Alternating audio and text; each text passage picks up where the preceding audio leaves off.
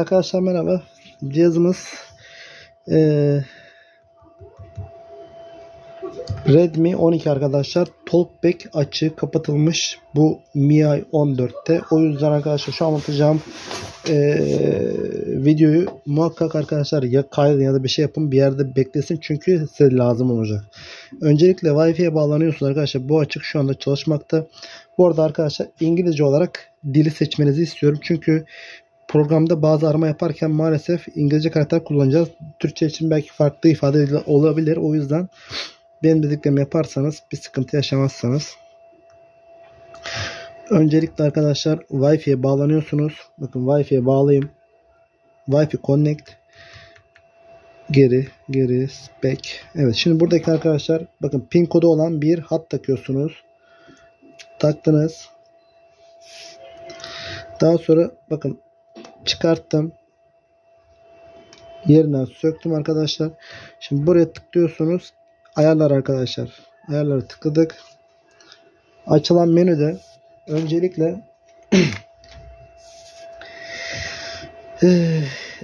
nerede? Evet. Addonation setting arkadaşlar. Buradan regionu seçiyorsunuz. Regionu arkadaşlar India seçeceksiniz.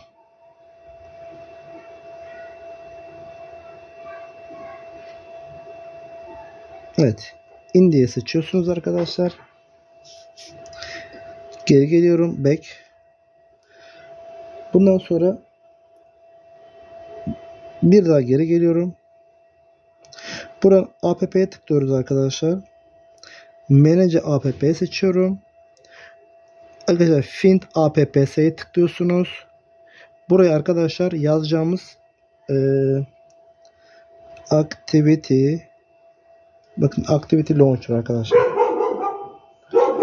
Activity Launcher'ı seçiyorsunuz. Seçten sonra arkadaşlar şu Activity Launcher, bakın şunu, özür dilerim. Bakın şunu yüklüyorsunuz. Yükledikten sonra aç diyorsunuz. Evet, açtan sonra arkadaşlar bazı ayarlar bazı fark edebiliyor. O yüzden security'nin içinde miydi? Bakalım bir saniye. Evet, security'nin içine girelim.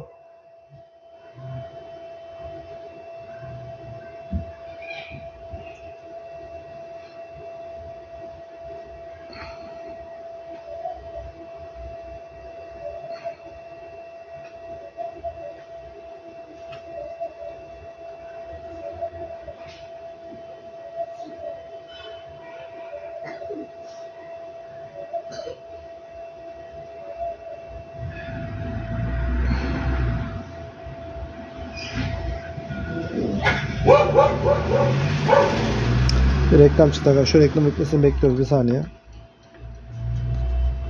Arkadaşlar aşağıdan bakın Hidden app'ye tıklıyorum. Şuraya Secure yazıyorsunuz. Secure Core Component tıklıyorsunuz. Bunun şöyle nerede? Evet. Second Space Fingerprint tıklıyorsunuz arkadaşlar. Bu menü açıldıktan sonra Skype diyorsunuz. Bekliyoruz. Evet, şu anda arkadaşlar açıldı. Cihazımız açıldı ama daha durun, bekleyin. Her şey bitmedi arkadaşlar. Bekleyin. Şimdi buradan ayarları tıklıyorsunuz. About Phone diyorsunuz. MIUI versiyonuna şöyle, evet, developer olmanız gerekiyor arkadaşlar. Developer olduktan sonra geri geliyorsunuz. Şimdi en aşağıda nerede? Advanced Setting'e tıklıyorsunuz.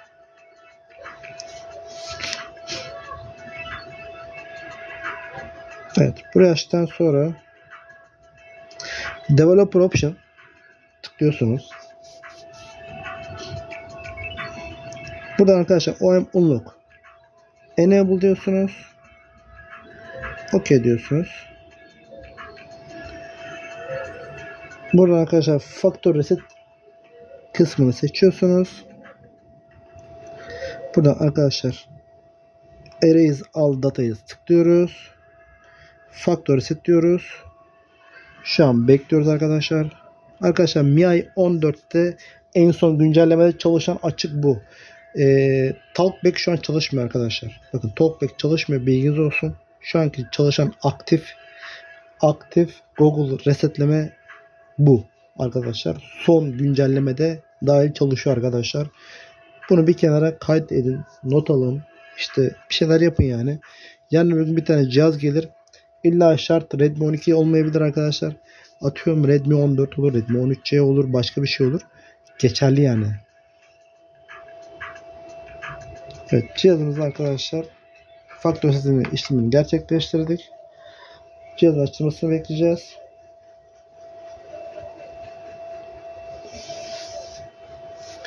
Evet, toplasan ne kadar süre arkadaşlar?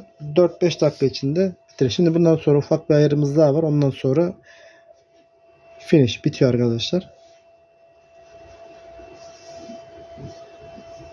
Her şey arkadaşlar yerli yerine yaparsanız herhangi bir problem yaşamadan cihazınızın açılışı gerçekleşecektir. Şu an cihaz açılması bekleyen sonra cihaz açılacak. Ondan sonraki ufak bir iki ayar daha yapacağız. Ondan sonra işlerimiz bitecek.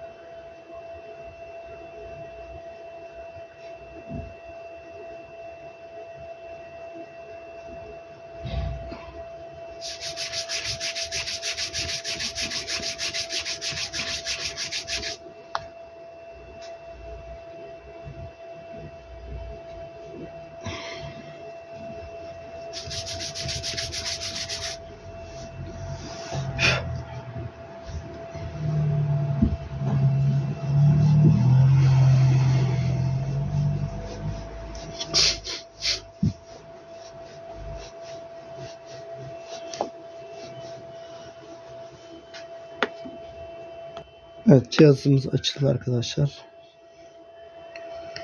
İleri diyoruz. İleri diyoruz. Kabul et. İleri. Bu adım atla. İleri diyorum.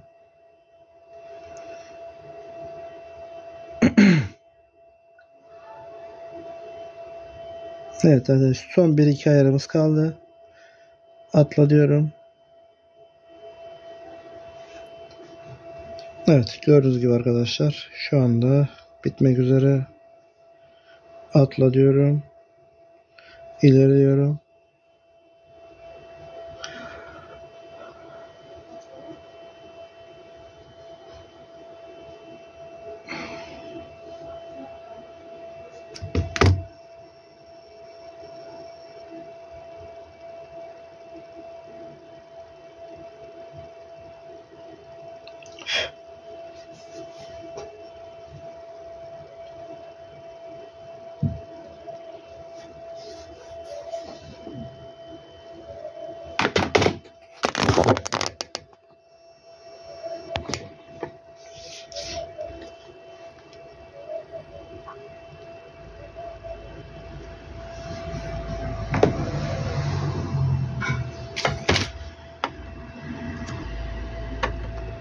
Evet, kurulum tamamlandı dedi arkadaşlar.